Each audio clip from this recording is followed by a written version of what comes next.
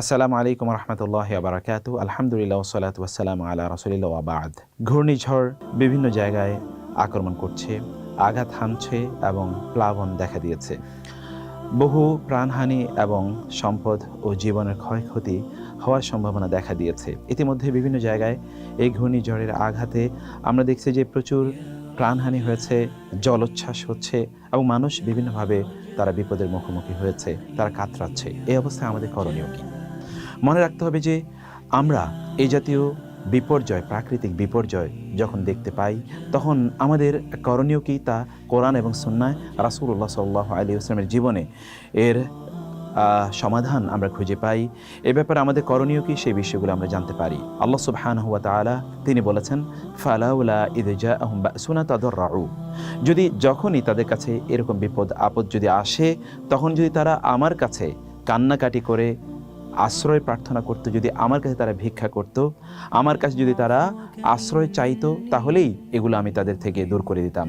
অন্য আয়াতে আল্লাহ সুবহানাহু ওয়া তাআলা বলেছেন, ওয়ালাকাদ আতাইনাহুম বিল আযাবি ফামাস্তাকানু লিরাব্বিহিম ওয়া মা ইয়াতাদাররুন, আমি মাঝে মাঝে তাদের কাছে বিভিন্ন এমন শাস্তি অথবা বিভিন্ন বিপর্যয় বিপদ নিয়ে আসি। তারা যদি আমার কাছে আত্মসমর্পণ করতো এবং আমার কাছে তারা তাদের কান্নাকাটির মাধ্যমে আত্মসমর্পণ করত, আমার কাছে তারা চাইতো, তাহলে আমি তাদের সেই বিপদগুলো দূর করে দিতাম। অতএব এই মুহূর্তে এই যে ঘূর্ণিঝড় এবং মহামারী অথবা যদি আমরা সাইক্লোন অথবা প্রাকৃতিক কোনো বিপর্যয় দেখি, তখন আমাদের প্রথম যে কাজটি হয় সেই কাজটি হচ্ছে মহান আল্লাহ সুবহানাহু ওয়া তাআলার কাছে ফিরে যাওয়া, আল্লাহর কাছে আত্মসমর্পণ করা। এবং রাসূলুল্লাহ সাল্লাল্লাহু আলাইহি ওয়াসাল্লাম যে কাজটি করতেন, রাসূলুল্লাহ সাল্লাল্লাহু আলাইহি ওয়াসাল্লাম তিনি আল্লাহ সুবহানাহু ওয়া তাআলার কাছে তিনি ক্ষমা চাইতেন এবং আল্লাহ সুবহানাহু ওয়া তাআলার কাছে প্রার্থনা করতেন। আমরা জানি বুখারী সেই বিখ্যাত হাদিসটি, রাসূলুল্লাহ সাল্লাল্লাহু আলাইহি ওয়াসাল্লাম তিনি খুতবা দিচ্ছিলেন, কোনো একজন বেদুইন এসে প্রথমে বললেন, ইয়া রাসূলুল্লাহ, আমাদের বৃষ্টি হচ্ছে না, একেবারেই খরায় আমরা খুব খারাপ অবস্থায় আছে। রাসূলুল্লাহ সাল্লাল্লাহু আলাইহি ওয়াসাল্লাম তখন আল্লাহর কাছে বৃষ্টি প্রার্থনা তিনি করলেন। বৃষ্টি সেই খুতবারত অবস্থায় বৃষ্টি হওয়া শুরু হলো। তারপর আপনি জানেন যে এক সপ্তাহ পর সে বেদুইন এসে রাসূলুল্লাহকে বললেন, ইয়া রাসূলুল্লাহ, বৃষ্টিপাতে সব তলিয়ে যাচ্ছে, আপনি আল্লাহর কাছে দোয়া করুন।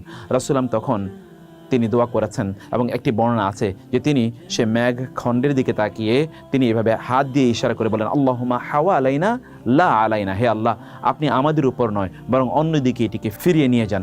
এবং এমন হলো যে মদিনার আকাশটি শুধুমাত্র আলাদা এবং পরিচ্ছন্ন হয়ে গেল, মেঘমুক্ত হয়ে গেল, অন্য জায়গায় কিন্তু মেঘ ছিল। ফলশ্রুতিতে আমাদের এই দোয়াটি করা দরকার, আল্লাহুম্মা হাওয়া আলাইনা লা আলাইনা, এক নম্বর। দ্বিতীয়ত আমরা জানি রাসূলুল্লাহ সাল্লাল্লাহু আলাইহি ওয়াসাল্লাম তিনি বলেছেন, আয়েশা রাদিয়াল্লাহু বর্ণিত হাদিসে, কেউ যদি এমন কোনো ঝড় বা জলোচ্ছ্বাস যদি কেউ দেখতে পায়, তাহলে তিনি আল্লাহ সুবহানাহু ওয়া তাআলার কাছে এভাবে দোয়া করবেন, আল্লাহুম্মা ইন্নী আসআলুকা খায়রাহা ওয়া খায়রা মা ফিহা ওয়া খায়রা মা উরসিলাত বিহি ওয়া আউযু বিকা মিন শাররিহা ওয়া শাররি মা ফিহা ওয়া শাররি মা উরসিলাত বিহি। হে আল্লাহ, আমি এই যে বৃষ্টি অথবা ঝড় ইত্যাদির মধ্যে যে কল্যাণ আছে সে কল্যাণ আপনার কাছে চাই, এবং যে কল্যাণ নিয়ে সে প্রেরিত হয়েছে সে কল্যাণ প্রার্থনা করি। এর মধ্যে যা কিছু অকল্যাণ আছে, ক্ষতি আছে, তা থেকে আপনি আমাদেরকে বাঁচান। অতএব এটি হচ্ছে আমাদের প্রথম কাজ, যে আল্লাহ সুবহানাহু ওয়া তাআলার কাছে আমাদের চাওয়া। এবং সাহাবায়ে কেরাম রাদিয়াল্লাহু তাআলা আনহুমকে রাসূল সাল্লাল্লাহু আলাইহি ওয়াসাল্লাম এই কথাও শিখিয়ে দিয়েছেন, যখন এমন মেঘ দেখবে, ঝড় দেখবে, তখন তোমরা যেন আল্লাহর কাছে চাইবে যে, হে আল্লাহ, তুমি আমাদেরকে বৃষ্টি দাও যার মধ্যে কল্যাণ আছে। আল্লাহুম্মা লিকাহান লা আকিমা, হে আল্লাহ, ঝড় দিয়ে সব ধ্বংস করে দেবেন না, বরং বৃষ্টি দিন যার মধ্যে কল্যাণ আছে। আল্লাহুম্মা সাইয়্যিবান নাফিআ, আল্লাহুম্মা সাইয়্যিবান নাফিআ, আল্লাহুম্মা সাইয়্যিবান নাফিআ, হে আল্লাহ, আমাদেরকে উপকারী বৃষ্টি দান করুন, উপকারী আমাদেরকে বৃষ্টিপাত দিয়ে আমাদেরকে আপনি কল্যাণ প্রদান করুন। এভাবে আমাদেরকে আল্লাহর কাছে দোয়া করা দরকার। আর 2 নম্বর হচ্ছে বেশি বেশি আমাদেরকে ইস্তেগফার করা দরকার।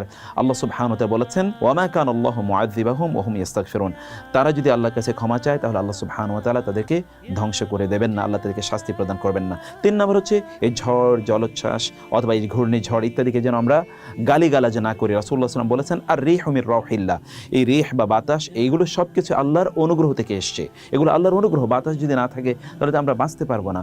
অতএব আমরা তাআতি বির রাহমাতি ওয়া তাআতি বিল আযাবি, কখনো কখনো এটি রহমত নিয়ে আসে, কখনো কখনো শাস্তি অথবা বিপদ স্বরূপ এটি আমাদের কাছে আসে। অতএব ফাইযা রাআইতুমুহা ফালা তাসুব্বুহা, তোমরা এগুলো দেখলে তোমরা এটিকে গালিগালাজ করবে না। যদি তোমরা এগুলো দেখতে পাও তাহলে তোমরা আল্লাহ সুবহানাহু ওয়া তাআলার কাছে এর কল্যাণ কামনা করো এবং এর কল্যাণ থেকে আল্লাহর কাছে তোমরা আশ্রয় প্রার্থনা করো। রাসূলুল্লাহ সাল্লাল্লাহু আলাইহি ওয়াসাল্লামের সামনে একজন ব্যক্তি তিনি বাতাসকে গালি দিলে রাসূল সাল্লাল্লাহু আলাইহি ওয়াসাল্লাম বললেন, লা তালআনুর রিহা ফা ইন্নাহা মা'মুরা, তোমরা বাতাসকে গালিগালাজ করো না, বাতাস তো আল্লাহর নির্দেশে চলে, তাহলে তুমি কাকে গালি দিচ্ছ? রাসূলুল্লাহ সাল্লাল্লাহু আলাইহি ওয়াসাল্লাম বলেন, ফাইন্নাহু মান তাশাব্বা শাইআন লাইসা লাহু বিআহলিন রাজআতিল লা'নাতু ইলাই।